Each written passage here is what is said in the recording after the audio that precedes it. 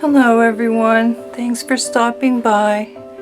Mary here at Espresso Press Design. Quick little show and tell and a shapes project coming up. So I added a new feature to my blog because I don't just do junk journals, I do all kinds of paper crafts. Pretty little paper crafts, and this is one of the first things I made, Halloween treat bag. The instructions, if there are instructions, they're on my blog, which for that there are. Just a simple little tent fold. Poke a hole in the top, thread your bag through. Tie with a ribbon, attach with glue dots or staple. Very simple. Another little tag I made using Herb Garden digital journal kit. I think this would be lovely on a set of herbal teas for a gift. So it's going in my gift giving paper stash. Here are some more little gift tags I made to and from. These were made with antique rose ephemera. That's free right now on my blog. I always have free actual product samples that I change out, and I'd love to see what you make with them. I'm on Facebook, Espresso Press Design. I have a page. So you can share on there whatever you make with my free products. I'd love to see it. And then I made a little gift card holder with my vintage labels. That was super quick, super fun. And that's my latest, one of my latest products. I haven't been, so here's just one sheet from it that I got out. So I've been meaning to share some more shapes projects, what I do with shapes, how I use different items to make shapes. So I've been meaning to do that, so I'm going to do that today, and I am in desperate need of some more shabby little flowers. So I'm going to do that. So what you'll need is some water. I always choose my 5 shapes that go in descending or ascending order, whichever you prefer. And if I have to stop, please excuse me. I'm watching my neighbor's dog, and he's old and quite the pain in the butt sometimes. So I start with shapes that I know will, stack up nicely. I know that people tear to make these, but if I did that, I would be wasting half my paper. So I learned from scrapbook creators on how to easily tear paper, and I use water. So you'll need some shapers. If you have this little one from Dollar Tree, it usually works well enough. If you don't have these, you can use a crochet hook, metal crochet hook tip to shape. So what I do is I usually just get a couple small ones here. Spray some water. I have a glass tray next to me. There he goes again. Okay, I have to let him out. I'll be right back. sorry. All right, come on.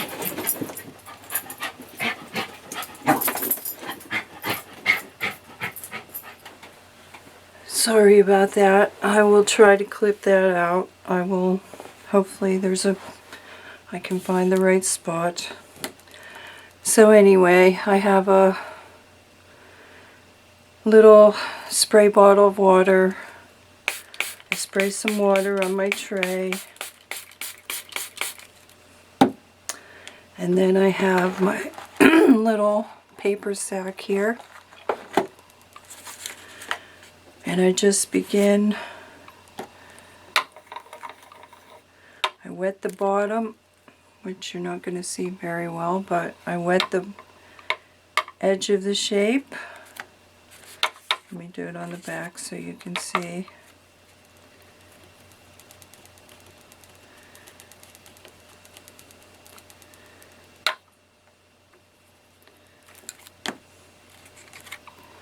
Can you see that? Let it set a minute.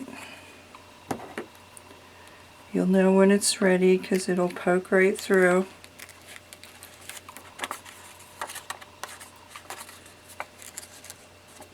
And there you go. Your shabby little shape. Now again, I know that people tear these, but if I do that, then I'll be wasting more paper than I use. And it only takes a few seconds before it is soaked in enough.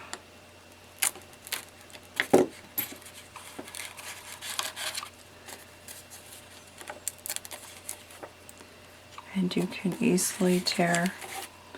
So I did 1, 2.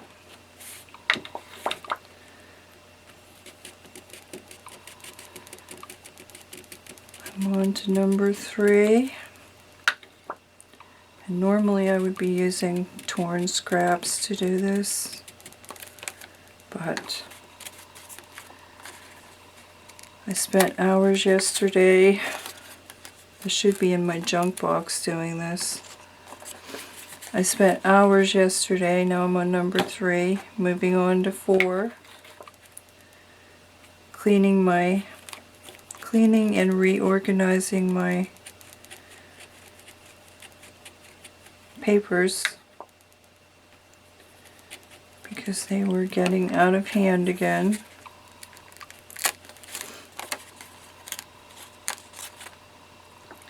There's 4.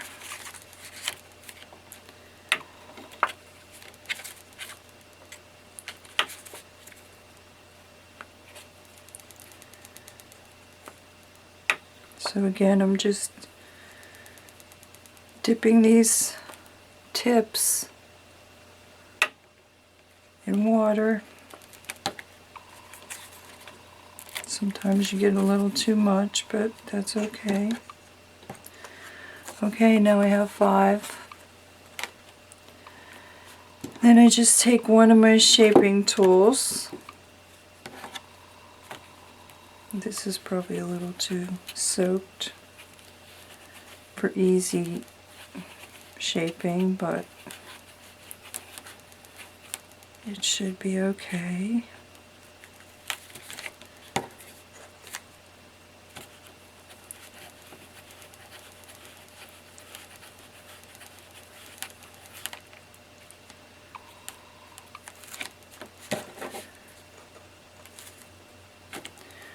I'm realizing I need a lot more flowers. So this makes a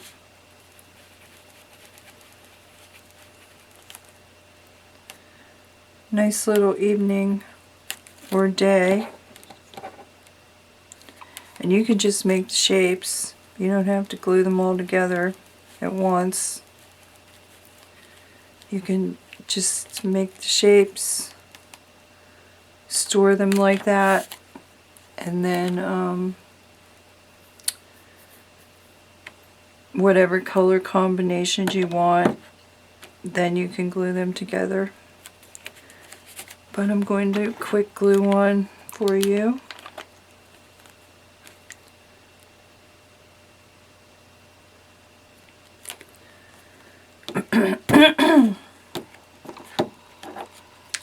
So again, I hope you're all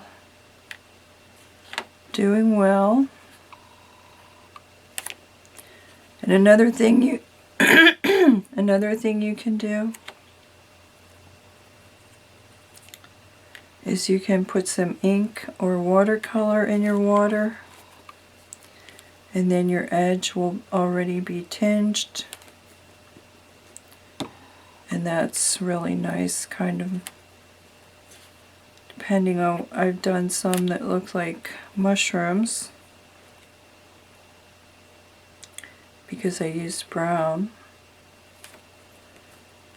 but you can use any color. You can use alcohol inks. And then your edges are already pre-tinged and there's no inking up edges, which for all these tiny little things can end up being a pain in the butt.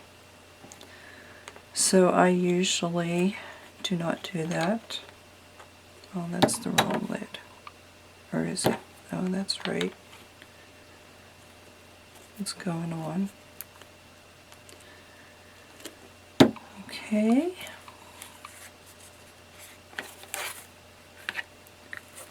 So there you go. A lovely little shabby chic flower, and what I like about them is the edges are frayed and kind of look like fabric. So I hope you can see that. Let me put it on something dark here. Save that. You can see the edges look frayed. Very, very beautiful. And I don't have to worry about, it's still not perfect. It's not a perfect circle. But at the same time, it's much easier for me than trying to tear a circle. So, wetting the edges to tear is a trick I learned from scrapbook makers. And I love these little flowers. They're not my only shaped flower, but I use them all the time. So, I have to make up a stack.